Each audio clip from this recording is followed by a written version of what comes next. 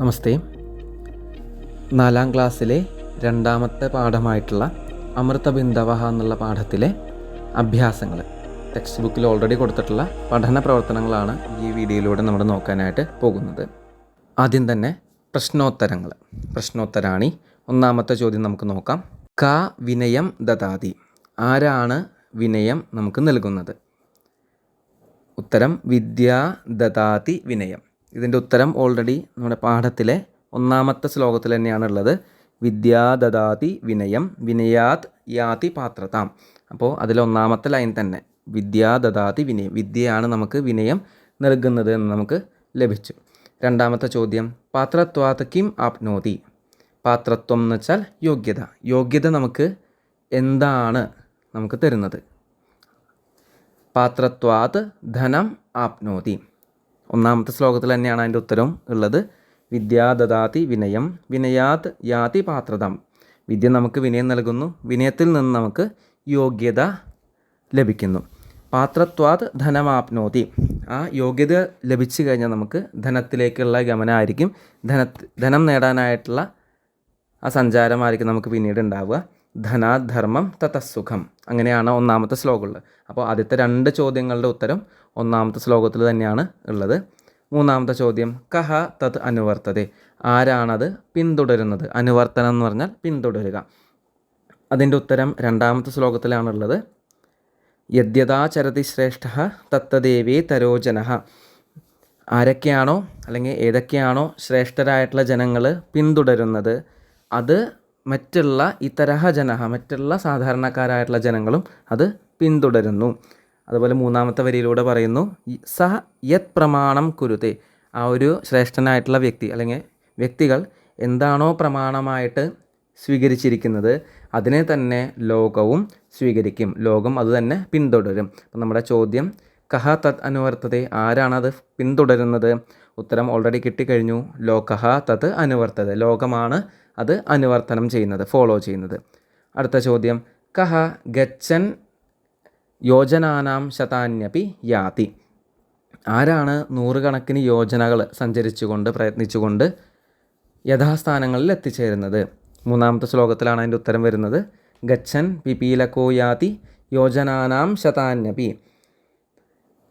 പിപീലകഃ എന്ന് പറഞ്ഞാൽ ഉറുമ്പുകൾ യോജനാനാം ശതാന്യപി, നൂറുകണക്കിന് യോജനകൾ സഞ്ചരിച്ചുകൊണ്ട് അവർ യഥാസ്ഥാനങ്ങളിൽ എത്തിച്ചേരുന്നു. നമ്മുടെ ഉത്തരം കിട്ടിക്കഴിഞ്ഞു. പിപീലകഃ ഗച്ഛൻ യോജനാനാം ശതാന്യപി യാതി. ഇനി അഞ്ചാമത്തെ ചോദ്യം ദശപുത്ര സമഃ കഃ. 10 പുത്രന്മാർക്ക് തുല്യം എന്താണ്, സമമായിട്ട് ആരാണ് അല്ലെങ്കിൽ എന്താണെന്നാണ് ചോദ്യം. ഉത്തരം നാലാമത്തെ സുഭാഷിതം, നാലാമത്തെ ശ്ലോകത്തിലാണുള്ളത്. ദശകൂപസമാവാപി ദശവാപി സമോഹൃദഃ ദശഹൃദസമപുത്രോ ദശപുത്ര സമോദ്രുമഃ. 10 കിണറുകൾക്ക് തുല്യമാണ് ഒരു കുളം. ദശവാപി സമോഹൃദഃ, 10 കുളങ്ങൾക്ക് തുല്യമാണ് ഒരു തടാകം. ദശഹൃദ സമപുത്രോ, 10 തടാകങ്ങൾക്ക് തുല്യമാണ് ഒരു പുത്രൻ. ലാസ്റ്റ് പറയുന്നു ദശപുത്ര സമോദ്രുമഃ, 10 പുത്രന്മാർക്ക് തുല്യമാണ് ഒരു വൃക്ഷം, ദ്രുമഃ എന്ന് പറയുന്നു. അപ്പോൾ ക്വസ്റ്റ്യൻ ആൻസേഴ്സ് നമ്മളിവിടെ കഴിഞ്ഞിട്ടുണ്ട്. അടുത്ത അഭ്യാസത്തിലേക്ക് പോകാം. ശ്ലോകസ്യ പൂർവാർദ്ധം ഉത്തരാർദ്ധേന യോജയന്തു. ശ്ലോകത്തിന് പൂർവാർദ്ധമെന്നും ഉത്തരാർദ്ധമെന്നും 2 ഭാഗങ്ങളുണ്ട്. പൂർവാർദ്ധം എന്ന് പറഞ്ഞാൽ ഫസ്റ്റ് പാർട്ട്, ആദ്യത്തെ 2 വരി. ഉത്തരാർദ്ധം എന്ന് വെച്ചാൽ അത് കഴിഞ്ഞിട്ടുള്ള 2 വരി. 4 വരിയാവുമ്പോൾ 2 വരി പൂർവാർദ്ധം, ഉത്തരാർദ്ധം എന്ന് വെച്ചാൽ സെക്കൻഡ് പാർട്ട്. അതിൽ 2 ഭാഗങ്ങളായിട്ട് പൂർവാർദ്ധത്തിനെ കാ എന്നും ഉത്തരാർദ്ധത്തിനെ ഘ എന്നും കൊടുത്തിട്ടുണ്ട്. കായും ഖായും. അത് കഴിഞ്ഞ് ഓരോ ശ്ലോകങ്ങളും ഇവിടെ കൊടുത്തിട്ടുണ്ട്. വിദ്യാ ദദാതി വിനയം വിനയാദ്യാതി പാത്രതാം. അതിൻ്റെ ബാക്കി നമുക്ക് ഓൾറെഡി അറിയാം. പാത്രത്വാത് ധനമാപ്നോതി ധനാത് ധർമ്മം തതസുഖം. അടുത്ത ശ്ലോകം ഗച്ഛൻ പിപീലകോ യാതി യോജനാനാം ശതാന്യപി അഗച്ഛൻ വൈനതേയോപി പദമേകം ന ഗച്ഛതി. അടുത്തത് മൂന്നാമത്തെ ശ്ലോകമാണ്. ദശകൂപസമാവാപി ദശവാപി സമോഹൃദഃ ദശഹൃദ സമപുത്രോ ദശപുത്ര സമോദ്രുമഃ. ശ്ലോകങ്ങൾ ബൈഹാർട്ടായിട്ട് പഠിച്ചിട്ടുണ്ടെങ്കിൽ ഇത് നമുക്ക് എളുപ്പത്തിൽ തന്നെ ആൻസർ ചെയ്യാനായിട്ട് സാധിക്കുന്നതാണ്. അടുത്ത അഭ്യാസം എന്ന് പറയുന്നത് സംസ്കൃതത്തിലെ വ്യാകരണ പാഠങ്ങളാണ്. ലട്ലകാരേ ക്രിയാപദാനാം രൂപാണി വദന്തു. ലകാരം എന്ന് പറഞ്ഞാൽ സംസ്കൃതത്തിൽ ടെൻസുകളെയാണ് ഉദ്ദേശിക്കുന്നത്. ഇപ്പോൾ നമ്മൾ വർത്തമാനകാലം, ഭൂതകാലം, ഭവിഷ്യകാലം എന്ന് പറയുന്ന പോലെ സംസ്കൃതത്തിൽ ലട്ലകാരഹ എന്ന് പറഞ്ഞാൽ വർത്തമാനകാലം, പ്രസൻറ്റ് ടെൻസിനെയാണ് ഉദ്ദേശിക്കുന്നത്. പ്രസൻറ്റ് ടെൻസിലുള്ള ക്രിയാപദങ്ങൾ, വെർബുകളുടെ രൂപങ്ങളാണ് നമ്മളിവിടെ പഠിക്കാനായിട്ട് പോകുന്നത്. സംസ്കൃതത്തിൽ ധാതു എന്ന് പറഞ്ഞൊരു വിഭാഗമുണ്ട്. ധാതു എന്ന് വെച്ചാൽ റൂട്ട് വേർഡ്. ഓരോ ക്രിയാപദത്തിനും ഓരോ ധാതുവിൽ നിന്നാണ് ഉണ്ടായിരിക്കുന്നത്. ഇപ്പോൾ ഇവിടെ കൊടുത്തിട്ടുണ്ട് ലിഖ് ധാതു. ലിഖ് എന്ന് പറഞ്ഞാൽ ധാതു എന്നാണ്, റൂട്ട് വേർഡ് എന്നാണ് ലിഖതി, ലേഖനം, അലിഖത്ത് മുതലായ പദങ്ങളൊക്കെ ഉണ്ടായിട്ടുള്ളത്. അപ്പോൾ ലിഖ് എന്ന് പറഞ്ഞാൽ എഴുതുക എന്നാണ് അർത്ഥം. അപ്പോൾ ലിഖ് എന്നുള്ള ധാതു എന്നാണ് എഴുതുക, എഴുതി, എഴുതപ്പെട്ടു, എഴുതും മുതലായ പദങ്ങളൊക്കെ സംസ്കൃതത്തിൽ ഉണ്ടായിരിക്കുന്നത്. അപ്പോൾ ലിഖ് ധാതു ലട്ലകാരഹ, ലിഖ് ധാതുവിലുള്ള വർത്തമാനകാലത്തിലുള്ള പദങ്ങളാണ് ഇവിടെ പഠിക്കാനായിട്ട് പോകുന്നത്. ഇതിലും ഏകവചനം, ദ്വിവചനം, ബഹുവചനം എന്നിങ്ങനെ 3 വചനങ്ങളുണ്ട്. സംസ്കൃതത്തിൽ മാത്രമാണ് ദ്വിവചനം ഉള്ളത്. മറ്റൊരു ഭാഷയിലും ഏകവചനവും ബഹുവചനവും മാത്രമേ ഉള്ളൂ. ഇംഗ്ലീഷിലും മലയാളത്തിലും അങ്ങനെയാണുള്ളൂ, ഏകവചനം ബഹുവചനം മാത്രമേ ഉള്ളൂ. സംസ്കൃതത്തിൻ്റെ പ്രത്യേകതയാണ് ഏകവചനം, ദ്വിവചനം, ബഹുവചനം എന്നിങ്ങനെ 3 വചനഭേദങ്ങൾ. അതേപോലെ പ്രഥമ പുരുഷ, മധ്യമ പുരുഷ, ഉത്തമ പുരുഷ എന്നിങ്ങനെ 3 പുരുഷന്മാരുണ്ട്. ഫസ്റ്റ് പേഴ്സൺ, സെക്കൻഡ് പേഴ്സൺ എന്നൊക്കെ ഇംഗ്ലീഷിൽ പറയുന്ന പോലെ തന്നെയാണ് പ്രഥമ പുരുഷ, മധ്യമ പുരുഷ, ഉത്തമ പുരുഷ. പ്രഥമ പുരുഷ എന്ന് പറഞ്ഞാൽ ഞാൻ എൻ്റെ ഒരു സുഹൃത്തിനോട് സംസാരിക്കുകയാണ്. അപ്പോൾ ഞാൻ സുഹൃത്തിനോട് സംസാരിക്കുന്നത് മൂന്നാമതൊരാളെ പറ്റിയാണ്. അപ്പോൾ ബാലഹ ലിഖതി എന്നുള്ള ഏകവചനത്തിലെ പ്രയോഗം. ബാലഹ എന്ന് വെച്ചാൽ ഒരു ആൺകുട്ടി എഴുതുന്നു. ബാലഹ ലിഖതി, ഒരാളേ ഉള്ളൂ, അതാണ് ഏകവചനം. ദ്വിവചനത്തിലാണെങ്കിലോ ബാലൗ ലിഖതഹ, 2 ആൺകുട്ടികൾ എഴുതുന്നു. ഇത് ഞാൻ പറയുന്നത് എൻ്റെ സുഹൃത്തിനോട് മറ്റൊരു മൂന്നാമതൊരാളെ പറ്റിയാണ് ഞാൻ പറയുന്നത്. അതാണ് പ്രഥമ പുരുഷത്തിൽ വരുന്നത്. ബഹുവചനാണെങ്കിലോ ബാലാഹ ലിഖന്തി, അവിടെ ഒരുപാട് ആൺകുട്ടികൾ എഴുതുന്നു. ലിഖതി, ലിഖതഹ, ലിഖന്തി, അതാണ് നമ്മൾ മെയിനായിട്ട് പഠിക്കേണ്ടത്. ലിഖതി, ലിഖതഹ, ലിഖന്തി.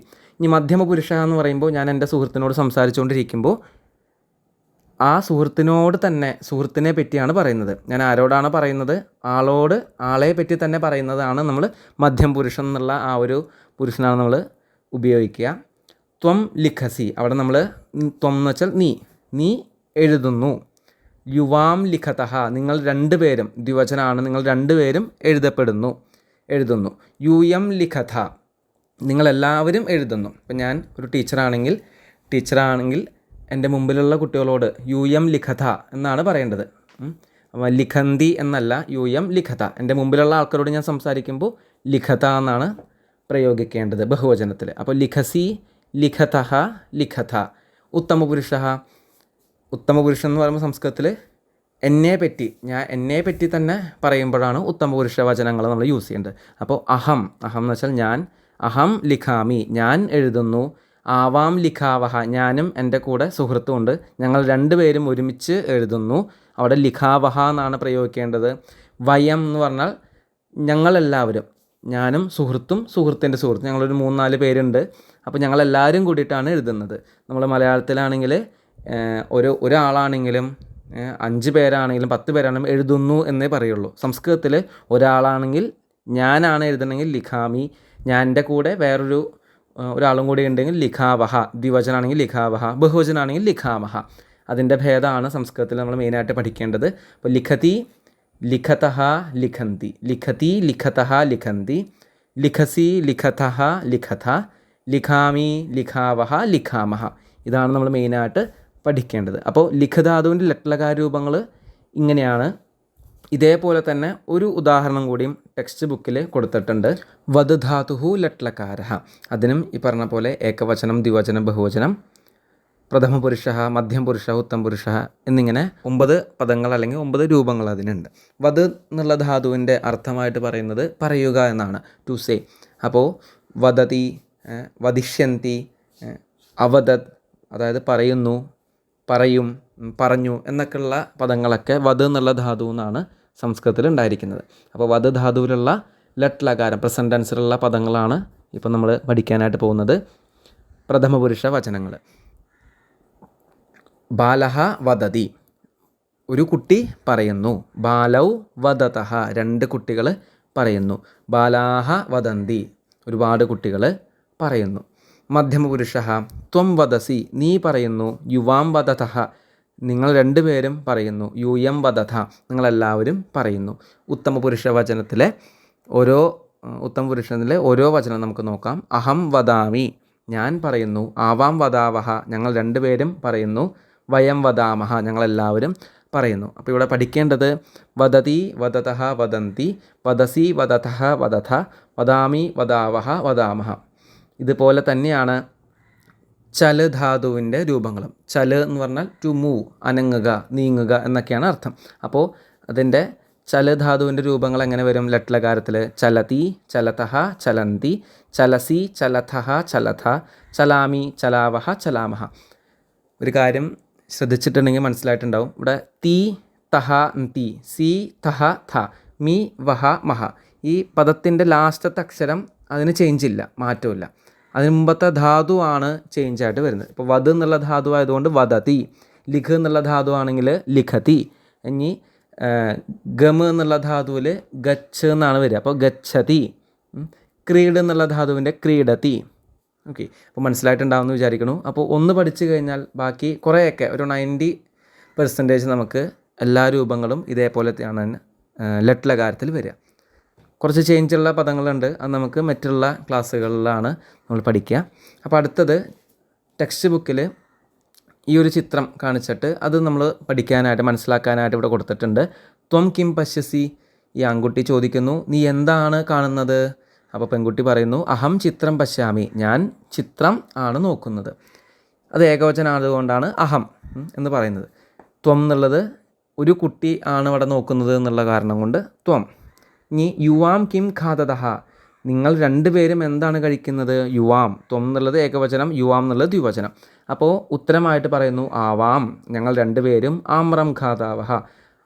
ആമ്രം എന്ന് പറഞ്ഞാൽ മാംഗോ ആണ് കഴിക്കുന്നത്. യൂയം കിം ക്രീഡഥ, നിങ്ങളെല്ലാവരും എന്താണ് കഴിക്കുന്നത്? അതിൻ്റെ ഉത്തരമായിട്ട് പറയുന്നു വയം പിച്ഛകന്തുക ക്രീഡാം. പിച്ഛകന്തുക ക്രീഡ എന്ന് പറഞ്ഞാൽ ബാഡ്മിൻ്റനാണ് കളിക്കുന്നത്. അപ്പോൾ അഹം, ആവാം, വയം ഞാൻ, ഞങ്ങൾ രണ്ടുപേരും, ഞങ്ങളെല്ലാവരും. ത്വം, യുവാം, യൂയം നീ, നിങ്ങൾ രണ്ടുപേരും, നിങ്ങളെല്ലാവരും. അതാണ് ഇവിടെ മെയിനായിട്ട് പഠിക്കാനായിട്ടുള്ളത്. അടുത്ത പാഠപുസ്തകത്തിലെ അഭ്യാസത്തിലേക്ക് കിടക്കാം. ഏവം റിക്തസ്ഥാനാനി പൂരയന്തു, fill in the blanks with suitable words. Already ഉത്തരം കൊടുത്തതായിട്ടാണ് ഞാൻ കാണിക്കുന്നത്. ത്വം കിം പിബസി, നീ എന്താണ് കുടിക്കുന്നത്?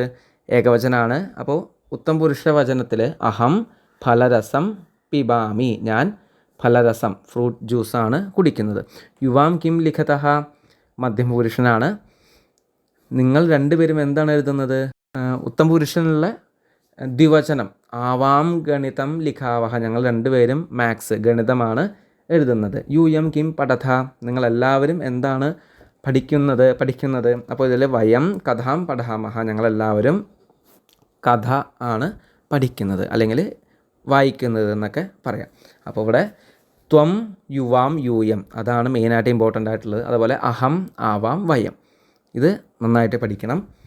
ഇനി അടുത്തത് പാഠപുസ്തകത്തിൽ ഉദാഹരണാനുസാരം വാക്യാനി ഉചിത ക്രിയാപദൈഹി പൂരയന്തു, ഉദാഹരണം അനുസരിച്ച് വാക്യങ്ങൾ ഉചിത ക്രിയാപദം ഉപയോഗിച്ചുകൊണ്ട് ഫില്ല് ചെയ്യുക. ഉദാഹരണം ഇവിടെ കൊടുത്തിട്ടുണ്ട്. സിംഹ ഡാഷ് ഗർജന്തി അല്ലെങ്കിൽ ഗർജതി. ഏതാണ് ഉത്തരം വരിക? സിംഹ ഗർജതി, സിംഹം ഗർജിക്കുന്നു. ഒരു സിംഹമായതുകൊണ്ടാണ് ഗർജതി എന്നുള്ള പദം ഉപയോഗിച്ചിരിക്കുന്നത്. ഈ രണ്ട് സിംഹങ്ങളാണെങ്കിലോ ഗർജതഃ. സിംഹാഹ എന്നാണെങ്കിൽ ഒരുപാട് സിംഹങ്ങളാണെങ്കിൽ ബഹുവചനാണെങ്കിലോ ഗർജന്തി. അതാണ് ഇവിടെ മെയിനായിട്ട് പഠിക്കാനുള്ളത്. ചോദ്യങ്ങൾ ഇവിടെ ഞാൻ കൊടുത്തിട്ടുണ്ട്. ചിത്ര ഡാഷ് ഗായതി ആണോ ഗായന്തി ആണോ ഏതാണെന്ന് നോക്കാം. അതുപോലെ ദേവൗ ഡാഷ് രണ്ട് ദേവന്മാർ. ദേവൗ യച്ഛതഃ അല്ലെങ്കിൽ യച്ഛതി ഏതാണ് വരിക? ദ്വിവചനാണോ ബഹുവചനാണോ? അപ്പോൾ നാമപദം അതായത് സബ്ജക്റ്റിൽ ഏകവചനാണെങ്കിൽ ക്രിയാപദവും ഏകവചനായിരിക്കണം. ഇവിടെ നാമപദം ദ്വിവചനാണെങ്കിൽ ക്രിയാപദവും ഉത്തരമായിട്ട് ദ്വിവചനായിരിക്കണം. അതാണ് അതിൻ്റെ മെയിനായിട്ടുള്ള ഘടകം. ബാലികാഹ എന്നുള്ളത് ബഹുവചനമാണ്. അപ്പോൾ ഇവിടെ നൃത്യന്തി എന്നാണോ നൃത്യതഃ എന്നാണോ? നർത്തനം എന്ന് വെച്ചാൽ ഡാൻസ്. അപ്പോൾ നൃത്യതഃ ആണോ നൃത്യന്തി ആണോ എന്നുള്ളത് പഠിക്കണം. അതുപോലെ പിപീലികാഹ ഉറുമ്പുകൾ യാന്തി ആണോ യാതി ആണോ? എത്തിച്ചേരുന്നു അല്ലെങ്കിൽ എല്ലാവരും കൂടി എത്തിച്ചേരുന്നു ഏതാണെന്നുള്ളത് ഉത്തരം എഴുതേണ്ടതായിട്ടുണ്ട്. ഇവിടെ ഉത്തരം ഞാൻ ഒരുമിച്ച് കൊടുക്കുകയാണ്. ചിത്ര ഗായതി, ചിത്ര ഒരു കുട്ടിയായതുകൊണ്ട് ഗായതി പാടുന്നു ഏകവചനം. ദേവൗ യച്ഛതഃ രണ്ട് ദ്വിവചനമായതുകൊണ്ട് യച്ഛതഃ എന്നുള്ളത് വന്നു. ബാലികാഹ നൃത്യന്തി ബഹുവചനമായതുകൊണ്ട് നൃത്യന്തി എന്നുള്ളത് ബഹുവചനം കൊടുത്തു. പിപീലികാഹ എന്നുള്ളതും ബഹുവചനമായതുകൊണ്ട് ഉത്തരവും യാന്തി എന്നുള്ളത് ബഹുവചനം. ഇനി പിപീലകഹ എന്നാണെങ്കിലോ യാതി. ബാലിക എന്നാണെങ്കിൽ നൃത്യതി.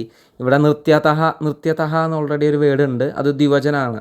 അപ്പോൾ ഇവിടെ ബാലികേ ദ്വിവചനത്തിൽ ബാലികേ എന്നാണ്, ബാലികേ എന്നാണെങ്കിൽ നൃത്യതഹ എന്നാണ് വരിക. അപ്പോൾ ഒന്ന് മാത്രം ശ്രദ്ധിക്കുക, നാമപദം ഏകവചനാണെങ്കിൽ ക്രിയാപദം ഏകവചനം, നാമപദം ദ്വിവചനാണെങ്കിൽ ക്രിയാപദം ദ്വിവചനം, നാമപദം ബഹുവചനാണെങ്കിൽ ക്രിയാപദവും ബഹുവചനമാണ് നമ്മൾ ഉത്തരമായിട്ട് എഴുതേണ്ടത്.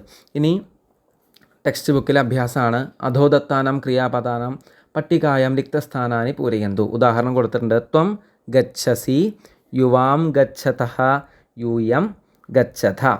ത്വം എന്ന് വെച്ചാൽ നീ പോകുന്നു, യുവാം ഗച്ഛതഃ നിങ്ങൾ രണ്ടുപേരും പോകുന്നു, യൂയം ഗച്ഛത നിങ്ങളെല്ലാവരും പോകുന്നു. ഒന്നാമത്തെ ഒരു ഉദാഹരണം കഴിഞ്ഞു. ഇനി ത്വം വദസി യുവാം വദതഃ യൂയം വദഥ എന്നാണ്. അത് കഴിഞ്ഞിട്ട് ത്വം പഠസി നീ പഠിക്കുന്നു, യുവാം പഠതഃ യൂയം പഠഥ. ത്വം ഗായസി യുവാം ഗായഥഃ യൂയം ഗായഥ. ഗായ എന്നുള്ള ധാതുവിൻ്റെ അർത്ഥം എന്ന് പറയുന്നത് പാടുക എന്നാണ്. ത്വം നമസി നമ എന്ന് പറഞ്ഞാൽ നമിക്കുക, നീ നമിക്കുന്നു. ത്വം എന്ന് വെച്ചാൽ നീ, യുവാം നിങ്ങൾ രണ്ടുപേരും, യൂയം നിങ്ങളെല്ലാവരും. ഓൾറെഡി പറഞ്ഞു, നമുക്കിവിടെ ആ ധാതുവിൻ്റെ ഭാഗമായിട്ടുള്ള ക്രിയാപദങ്ങൾ മാത്രമാണ് ഇവിടെ ഫില്ല് ചെയ്യാനായിട്ടുള്ളത്. ത്വം നമസി യുവാം നമഥഃ യൂയം നമഥ. ത്വം തരസി യുവാം തരഥഃ യൂയം തരഥ. ത്വം ലിഖസി യുവാം ലിഖതഃ യൂയം ലിഖത. നീ എഴുതുന്നു, നിങ്ങൾ രണ്ടുപേരും എഴുതുന്നു, നിങ്ങളെല്ലാവരും എഴുതുന്നു. അടുത്തതിലേക്ക് പോകാം. ത്വം ഹസസി യുവാം ഹസതഃ യൂയം ഹസഥ. ഹസ എന്നുള്ള ധാതുവിൻ്റെ അർത്ഥം ചിരിക്കുക എന്നാണ്. ത്വം ഖാദസി കഴിക്കുന്നു, നീ കഴിക്കുന്നു, യുവാം ഖാദതഃ യൂയം ഖാദഥ. ത്വം തിഷ്ഠസി നിൽക്കുന്നു, ത്വം തിഷ്ഠസി യുവാം തിഷ്ഠതഃ യൂയം തിഷ്ഠത. ത്വം ചലസി അനങ്ങുക, ത്വം ചലസി യുവാം ചലഥഃ യൂയം ചലഥ. ത്വം ക്രീഡസി കളിക്കുന്നു, യുവാം ക്രീഡതഃ യൂയം ക്രീഡഥ. ത്വം പൃച്ഛസി ചോദിക്കുന്നു, യുവാം പൃച്ഛതഃ യൂയം പൃച്ഛത. ത്വം പിബസി യുവാം പിബഥഃ യൂയം പിബഥ. പിബ എന്ന് വെച്ചാൽ കുടിക്കുക. ത്വം ഗർജസി ഗർജിക്കുന്നു, യുവാം ഗർജതഃ യൂയം ഗർജത.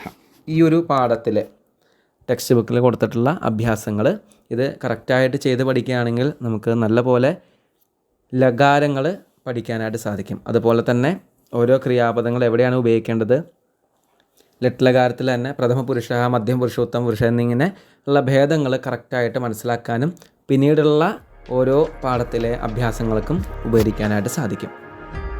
നമസ്തേ, ധന്യവാദः.